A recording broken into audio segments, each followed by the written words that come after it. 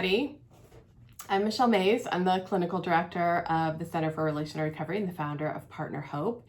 And I'm back with you here on another Thursday evening. And we are going to talk today about a topic that might be one that a lot of you are experiencing. So often what I hear happen with couples that I'm working with who are in recovery is that the betrayed partner will come in and say to me that she asked the cheating partner a question about their recovery. She inquired about what's happening with them, and they were told to stay on their side of the street, to stay out of the cheater's recovery program, that it's not their job to work their program, they're not supposed to be involved in their program. That kind of response is given. So that's what we're going to talk about this evening. We're going to talk about what this response is about, and what do you as a betrayed partner really have a right to know about what's happening with the cheating partner and their recovery program and what they're involved in terms of healing for themselves. So it is true when you hear this phrasing used, stay on your side of the street, don't work my program for me, you're not supposed to be in my program. There's a nugget of truth in what is being said, right? The nugget of truth is you are not supposed to work their program for them. You are not supposed to try to manage their recovery program. You're not supposed to try to direct it. You're not supposed to try to control it, right? Like that's what that is. So that's the nugget of truth that is in what they're saying to you. However, there's a lot of room outside of that where you as the betrayed partner do need to know and understand what's happening within the recovery program of the cheating partner, because it does very much impact you, and it impacts the ability for the relationship to potentially survive and repair and heal from what has happened. So we're going to walk through some of the tangible things that you as a betrayed partner have a right to know about what's going on with the cheating partner's recovery. But before we dive into that list of things, I want to just talk for a minute about when the cheating partner is saying this kind of thing to you. There is a nugget of truth in it, as we said. But when they're saying this kind of thing to you, they're often trying to sort of back you off from being involved in their recovery, or there being a high level of transparency in the recovery, which also means that then there's less accountability around the recovery. So this is often a way of sort of keeping you outside of what's going on, so that you as a betrayed partner don't have knowledge and understanding of what's going on over here, and therefore there's less accountability and there's less responsibility on the cheating partner. So one of the things that happens when recovery is siloed like this, I call this kind of like being in these two silos, where you, the betrayed partner, over here and the cheating partner is over here, and never the two shall meet, right? So when recovery is siloed like that, one of the things that is often happening is that recovery for the cheating partner is being undertaken in a way that is very similar to the addiction or to the cheating. So when a person is being unfaithful, when they are cheating or when they are acting out in an addiction, they are doing that within a compartment. So they have their front-facing life, which is how they are with you as a father, as an employee, as a coach, whatever else they're doing, right? So they have their front-facing life, but then they have this compartment, and within this compartment is where they are acting out in the addiction or carrying on the affair. This is where their double life is happening. So it's an unintegrated part of them. It's an incongruent part of them. And so it's a compartmentalized way of living. So if they are doing recovery and they've got a compartment around their recovery, where now you're not supposed to ask or know or understand or be involved in what they're doing in recovery, now you've got recovery being done in a way that is very similar to how the addiction was being done or how the cheating was being done. It too is happening in this segmented off way that is compartmentalized away from the rest of life. So that's an unhealthy way of doing things. That's an unhealthy way of doing recovery. The whole goal of recovery is to not have any compartments, right? To not have a compartmentalized way of living, to have full integration and to have full wholeness. So if you are now doing recovery in a compartment and kind of trying to keep it separate from your significant other, then you are doing recovery the same way you did your addiction. And that's not going to be a strong recovery. That's not going to be a solid recovery. That's not going to get you to long-term stable sobriety and a completely different way of doing your emotional life and your relational life with others. So that's one of the reasons why this idea of you stay out of my recovery, stay on your side of the street, is not helpful. It's not helpful for betrayed partners. It's not helpful for the cheating partner, and it's definitely not helpful for the relationship. So when we think about recovery, what we want to think about is that there are 3 recoveries happening in any relationship. There is my recovery if I'm the cheating partner. There's my recovery as a cheater. There's your recovery as a betrayed partner. And then there is our recovery. All 3 of those recoveries are happening simultaneously. So there's my recovery, your recovery, and our recovery. And often what happens is people get involved in my recovery and your recovery, and the our recovery piece gets left out or is not nearly as strong. And this is where couples who, even though they're trying really hard to do their individual work, often struggle a lot in the relationship, and it's because there's not enough support for that third piece of our recovery.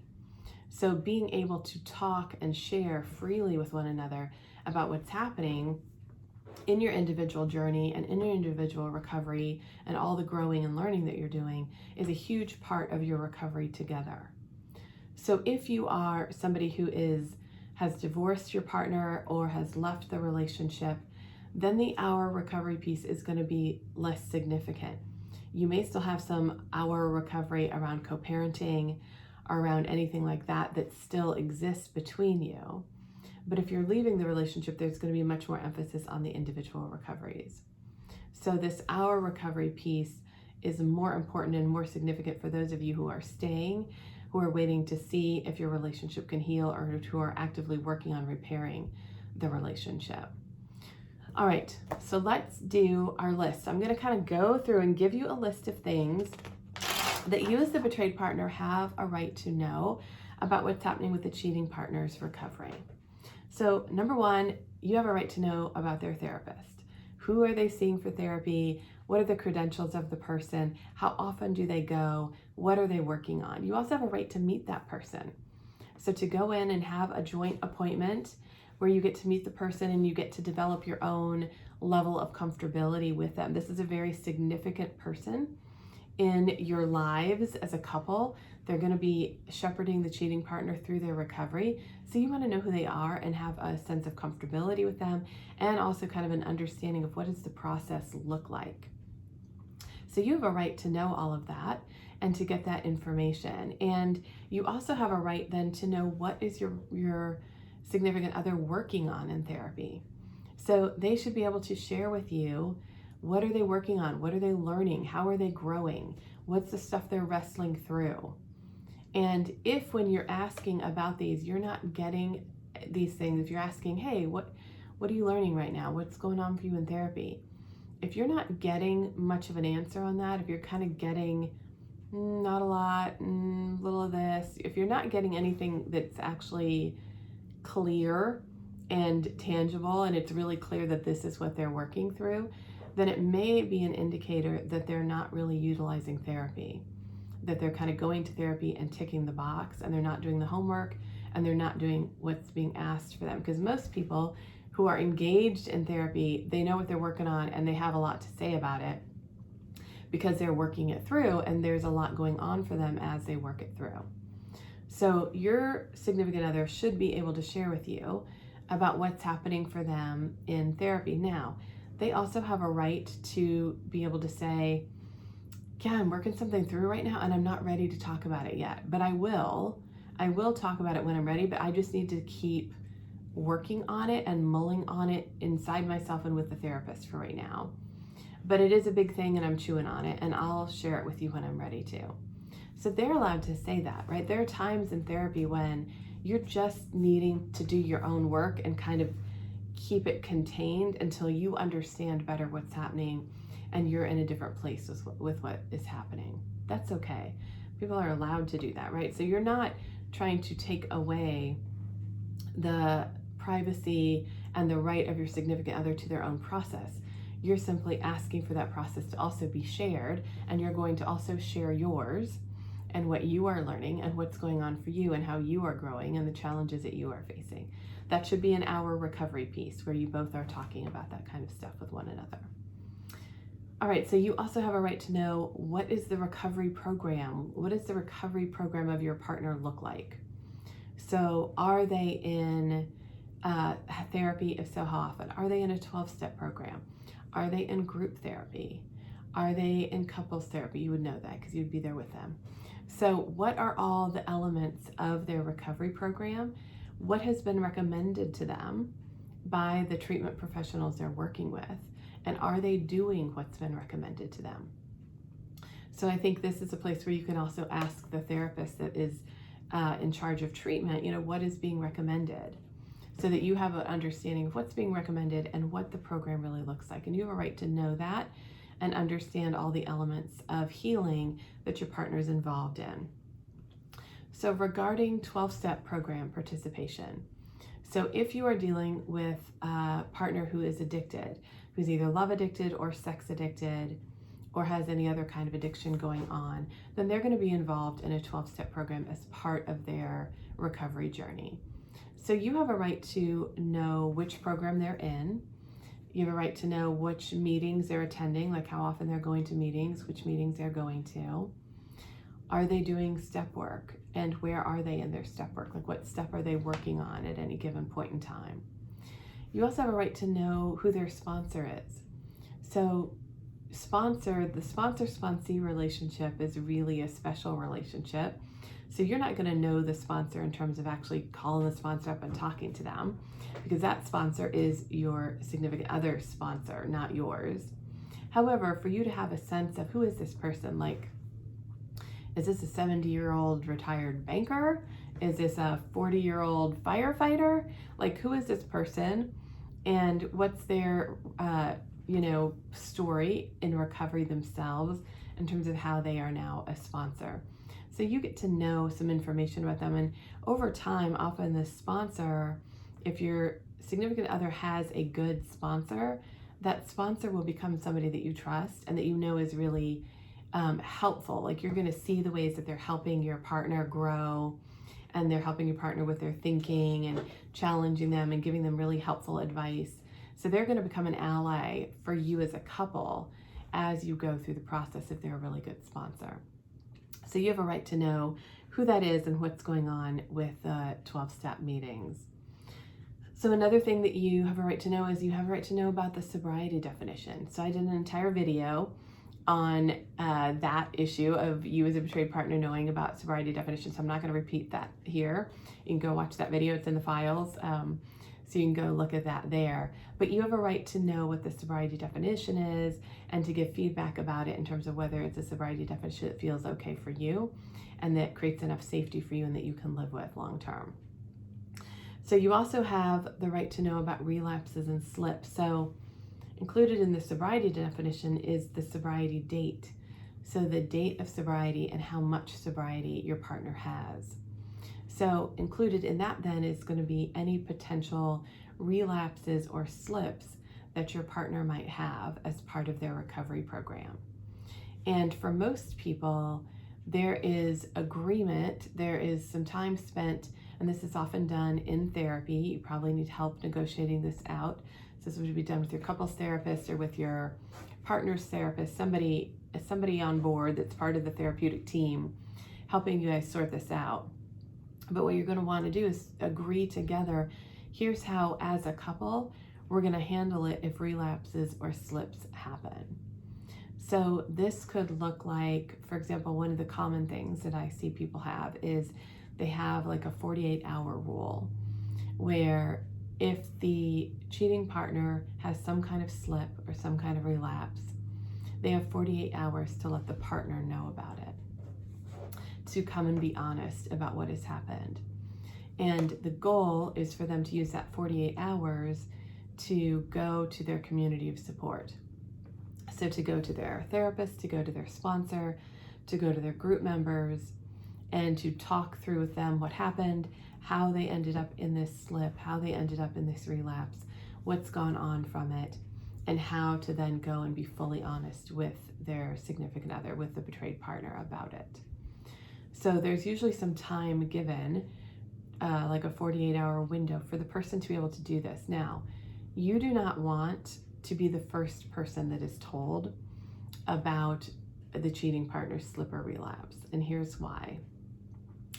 That knee-jerk, habitual pattern of lying about it will come out. It will come out around, because the slip and the relapse is old behavior. Remember, lying is part of the old behavior.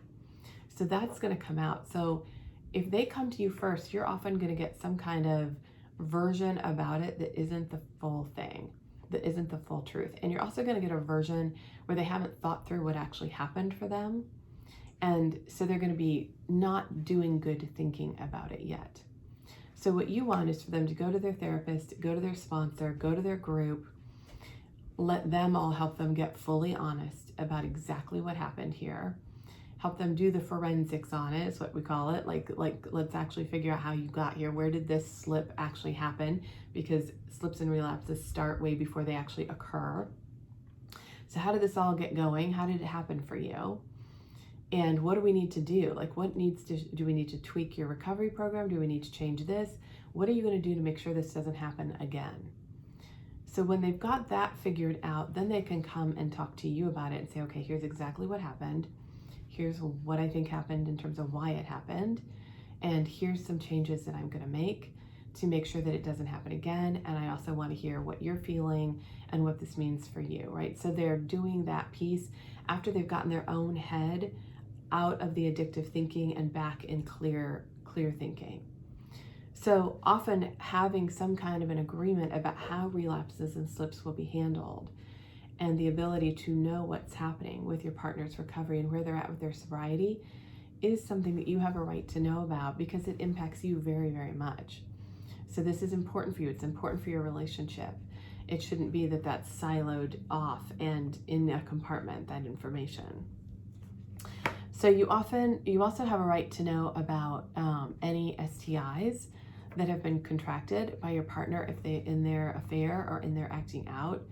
So for them to get tested and share the results of the testing with you, and then for you to be able to get your own testing and see the results and share those as well. So that's also something that you absolutely have a right to, that is paramount in terms of your physical health, and making sure that that step happens as soon as the cheating behavior is discovered. You also have a right to full disclosure. So I'm not going to do a thing about full disclosure, because we all know what a big, fat, hairy topic that is. But you have that's one of the things that you have a right to, is you have a right to know what's happened in your relationship. You have a right to the full information, at this full scope and depth of the betrayal and the cheating that has gone on. When your partner cheated, he broke the relationship agreements. So when he or she went outside, they broke the relationship agreements that you had as a couple. And that means that you were in a relationship and operating within a relationship that you had not agreed to, because the agreements had been broken. Now you're in a position where you're in a relationship that you hadn't agreed to be in. You hadn't agreed to be in a relationship that looked like this. So when the relationship agreements are violated like that, you have a right to understand, how were they violated? What happened here? How long has this been going on? Exactly what has gone on here, so that I can then, as a betrayed partner, make decisions about whether I can continue, how we would repair this, what this really means for me. So that's another thing that you have a right to, is a full therapeutic disclosure. So that's kind of your list of some of the things that you have every right to know about and to talk about with your partner in terms of their recovery and their recovery program. So let's also talk for a minute about just that our recovery piece. And besides this sort of laundry list that I just gave you of things, what else should be happening in terms of our recovery and your recovery as a couple. So within that, you also want to be able to just have times where you are both talking with one another and sharing with one another about what you're learning, what you're struggling with, what's new for you, what's hard for you, where are you feeling vulnerable, where are you taking risks, where are you really struggling to grow, but you are growing, where are you having great wins in your recovery and seeing new behaviors and having new feelings and feeling different inside of yourself. All of these are things that you should be talking to one another about as you go through the process of recovery. Everybody does this in different ways. For some couples, this is pretty organic and they can do it kind of organically. For other couples, they schedule a time every week where they do a check-in with one another and they really spend time talking about what's going on with each one of them emotionally and internally. So this is beyond just, here's what's happening in recovery. This is about, here's how I'm being changed by recovery. Here's how I am changing as a person as a result of going through this process. And that ought to be happening on a regular basis between the two of you as you go through the process of recovery.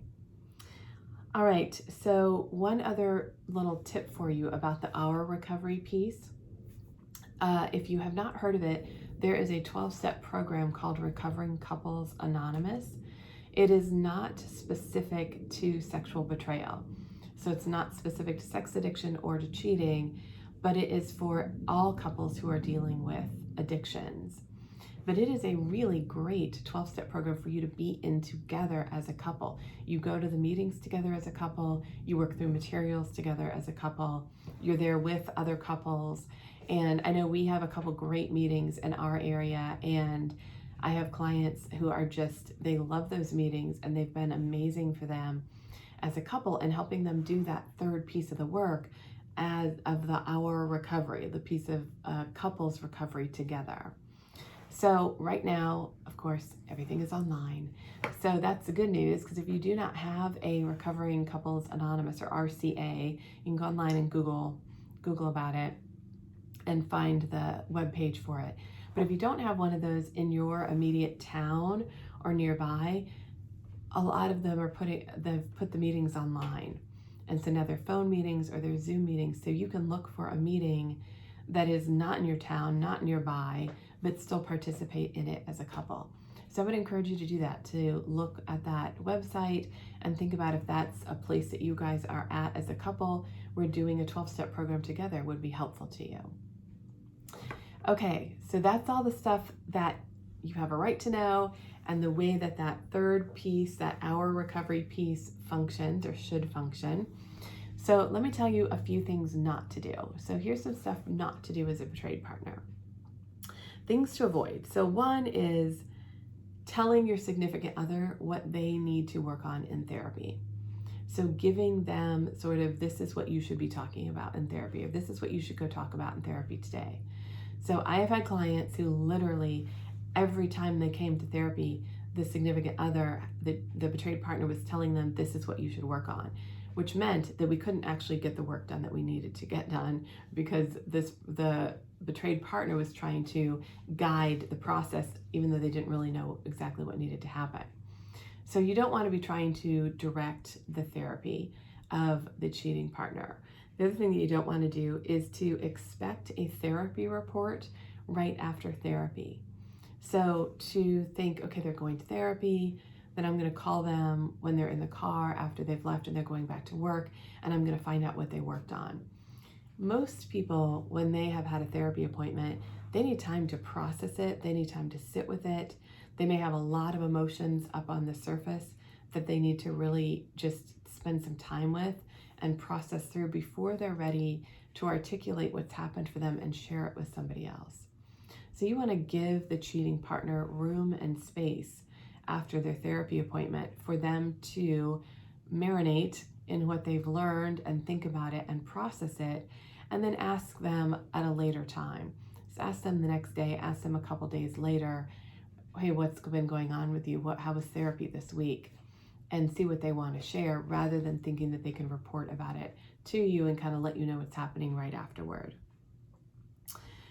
So another thing to avoid as a betrayed partner is having resentment about the amount of time that the cheating partner is spending in their therapy or in 12-step meetings in their recovery process. This is a common one for a lot of betrayed partners because you already lost them to the affair partner. You already lost them to the addiction. And now it feels like you're losing them to recovery. Because for most people, if you're dealing with an affair, you're going to be in individual and couples therapy and maybe a group therapy program. And there's going to be an intensive piece of work that you have to do around really understanding what this affair was about, how you ended up where you ended up, and then how do you start to repair the relationship. If you're dealing with an addiction, you're going to be in group therapy, 12-step meetings, and individual therapy. So it's going to be a significant time commitment. So you may feel as the betrayed partner that you traded the addiction for recovery, that they were preoccupied with the addiction before, now they're preoccupied with recovery. And it can feel like this is not fair. I at some point need my spouse back. I at some point need them to be tuned into the family and tuned into what's going on for us. So this is a common feeling. The only thing I can say to you is that for a period of time, recovery is going to be focused and time consuming for somebody who's dealing with an addiction. They're going to have to put the same time and energy that they spent on their addiction into their recovery. So they are going to be at meetings, they are going to be on the phone, they are going to be doing homework. And the best thing that you can do as a betrayed partner is know that in terms of you getting to your long-term goal of having a good relationship and a good marriage and rebuilding trust and healing, this is a necessary phase. It's not going to be this intense forever, but there is going to be a season where there's a lot of time and energy spent in recovery. And the best thing that you can do is be willing to have that be true. Because what I see sometimes happen is that betrayed partners will be so upset about this continued loss of their partner that they tell the partner, quit going to 12-step meetings, quit doing that, drop out of group, like stop doing all of that and be here with the family and be here with me. But my expectation is that you will still be sober and you will still be in recovery and you will still be able to do all the things that the group and the 12 steps and the treatment is actually enabling them to do. So it's a bind for the cheating partner because the expectation is still that they will do all of these new behaviors, but they have no support and no skills and no way to build the skills and resources that they need to do it. So that's a hard one, but it is one that is good to talk about for betrayed partners because it is important to allow there to be an investment in the recovery program of meetings and therapy and all of that so that the person can then eventually be fully there with you and the family, etc.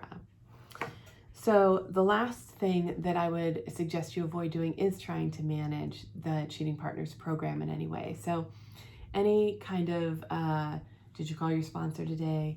Did you do your homework today? Did you do this today? Anything where you're sort of adopting a parenting role a little bit and checking in and asking about it in a regular way, I would not do that. I would back out of that, and instead, as the betrayed partner, I would watch and see if they're doing what they're supposed to be doing.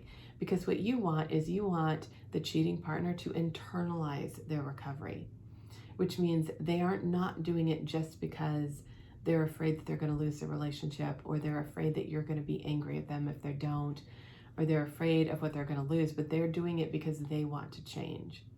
They have internalized recovery. They've internalized motivation for why they are doing this, and it's because they want to be a different person. They want to deal with what's been going on.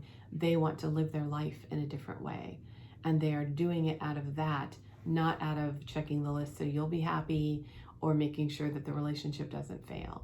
So when you back away from checking in all the time and you just see what they're doing, that's when they often do that work of really internalizing the recovery and doing it out of their own motivation and their own drive for healing in their own lives. All right, so that is our topic for today, and I hope it's been helpful to you all, and I will see you next week. Thanks a lot.